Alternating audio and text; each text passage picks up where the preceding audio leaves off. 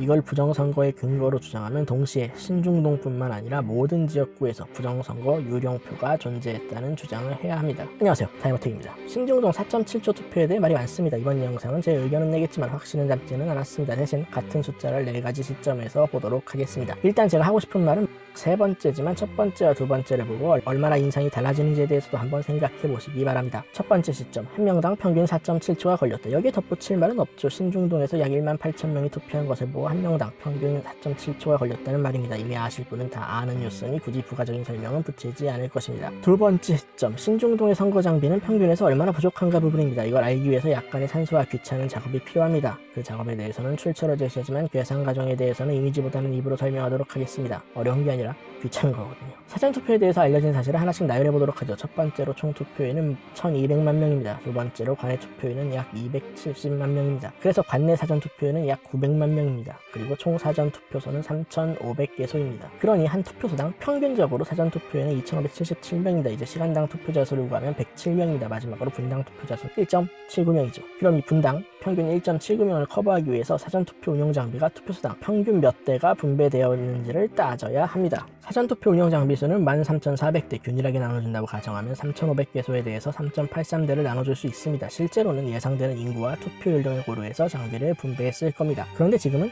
평균을 따지는 거잖아요. 그러니까 평균만 믿고 갑시다. 다시 주제로 돌아와서 3,500개 투표소에 평균적으로 3.82대의 장비가 배분되었습니다. 이 배분은 다시 관내와 관외로 나눠질 것입니다. 선관위가 과거 사례를 기초로 배분했다고 가정하면 지난 20대 국회의원 선거에서 보인 결과를 참고했겠죠. 그래서 저도 이거를 참고하겠습니다. 전체 사전투표자 중 약 34%가 관외 투표를 했으니 그 역수인 66%를 관내에 분배하겠죠. 따라서 3.82 곱하기 0.66은 2.53대입니다. 관내 사전투표를 위한 분류기는 2.53대가 평균적으로 분배되었을 겁니다. 수치가 복잡해졌으니까 한번 정리하겠습니다. 이번 선거에서 관내 사전선거로 한정해 투표소당 사전투표 운영 장비가 평균적으로 2.53대 분배되었다. 그리고 해당 장비로는 분당 1.79명의 처리가 가능하다. 그런데 신중동은 분당 13명이다. 이 차이는 비율상 신중동이 평균보다 7.3배가량 많은 사람이 한 곳에 몰렸다는 이야기죠. 그렇다면 이 인원을 처리하기 위해서 신중동의 장비 배분은 다른 평균적인 투표소보다 7.3배 이상을 분배해야 합니다. 그래야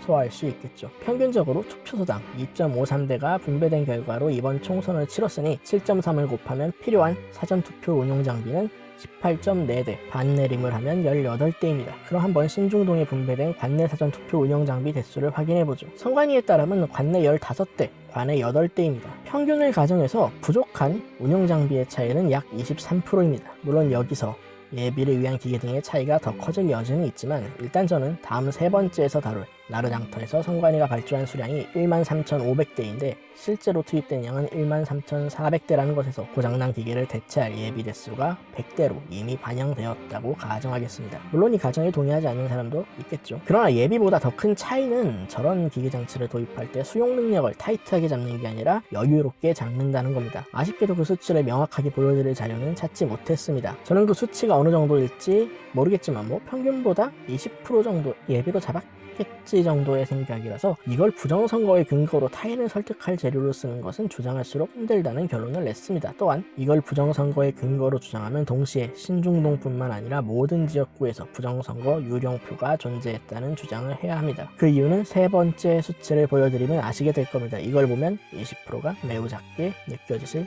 테니까요. 세 번째 시점, 20대 총선의 입장에서 보면 어떤가? 해당 데이터는 나라장터에서 명부단말기로 검색을 하면 제20대 국회의원 선거 명부단말기 노트북 임차 산업이라는 제목에서 확인하실 수 있습니다. 사전투표 운영장비란을 확인할 수 있는데 12,500대를 발주했습니다. 저 노트북에 연결된 장비들이 하나의 세트로 관내 사전투표를 위해 투표소에 분배될 것입니다. 그리고 21대 국회의원 선거에서도 유사한 장비가 비슷한 수량 발주되었습니다. 노트북은 13,500대가 발주되었습니다. 그런데 20대 총선의 사전투표율은 12.19%, 21대 총선 사전투표율은 26.69%입니다. 사전투표율의 차이는 2.19배, 장비 대수의 차이는 9%가 늘어났을 뿐입니다. 저는 두 번째 시점에서 초당 4.7초라는 것이 평균적으로 단위 운영 장비가 처리한 양의 20%를 더 처리하면 나올 수 있는 수치라고 말씀을 드렸습니다. 운용 장비 측면에서는요. 20%란 차이는 20대 총선과 21대 총선의 2배라는 차이에 비하면 매우 미미한 차이죠. 지금 4.7초에 대해 의문을 내시는 분들이 총선 전체가 모든 지역구에서 유령표가 발생했다고 주장하는 건 아닐 겁니다. 다른 곳은 정상이라고 간주했을 때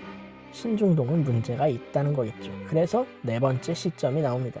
네 번째 시점. 신중동을 제외한 다른 지역은 운용장비가 선거인을 커버했다고 가정하면 선관위가 해당 지역에 18대를 배치했으면 최소 운용장비 부족에 의한 20%의 차이는 무의미해질 겁니다. 그럼 이건 장비를 추가했다고 가정할 수도 있지만 장비 수는 15대. 실제 그대로 두고 투표 시간이 늘어서 4.7초에 걸리던 것을 약 20% 늘려 5.7초 만에 투표했다 라고 바꿔서 이해해도 그다지 틀리지 않을 겁니다. 물론 24시간이라는 제한은 벗어납니다. 운용장비 측면에서 보는 거니까요. 1초가 늘어났습니다. 그럼 이건 납득이 가능하신가요? 4.7은 납득할 수 없고 5.7은 납득할 수 있다는 분은 상관이 없겠지만 그렇지 않은 분은 이번 21대 총선에서 모든 지역구에 유령표가 존재했다는 주장을 해야 합니다. 제가 이 주제에서 어떤 생각을 가질 수는 있지만 타인을 설득할 수 없는 이유는 간단합니다. 주장하는 사람이나 반박하는 사람이나 이 사전투표라는 시스템이 어느 정도의 사전투표에는 수용할 것으로 예상하고 설계된 시스템인지 알지 못한다는 거죠. 이런 상황에서 사전투표 20%의 차이는 부각시키면서 20대와 21대 총선 차이의 2배 차이를 무시하면 이건 논리적인 결함이 발생합니다. 그렇다고 모든 선거구에서 유령표가 존재한다고 주장하면 동원된 주요 선거 관련 인원들이 그 유령표를 무시했다는 주장을 하게 됩니다. 투표함을 바꿔쳤다 이 주장과 다를 바 없는 매우 무리한 주장이 된다는 거죠. 정리하겠습니다. 첫 번째, 평균적으로 4.7초의 한 명이라고 하는 것은 운영장비의 평균적인 배분 기준에서 보면 20% 정도 운영장비가 부족한 것에 불과하다. 두 번째, 그 20%를 수치로 반영하면 한 명당 5.7초다. 이 1초의 차이가 엄청나게 유의미한 납득할 수 없음을 가릴까요? 세 번째, 이 주장의 끝은 투표함 바꿔치기와 유사할 정도의 대규모 조작을 내포하고 있다. 그리고 그런 류의 주장의 위험성은 재검표를 주장하는 분들이 최초의 비합리적이라면서 사실상 폐기한 주장입니다. 이상입니다.